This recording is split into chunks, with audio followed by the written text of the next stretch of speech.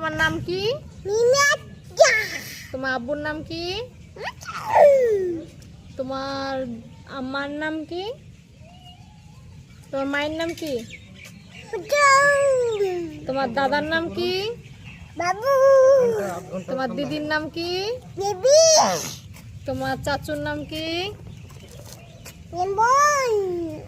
তোমার বাপির নাম কি? Happy baby. তোমার পাপার নাম কি? জোশে বলো। তোমার পাপার নাম কি? তোমার মাম্মামের নাম কি? তোমার মামামের নাম কি?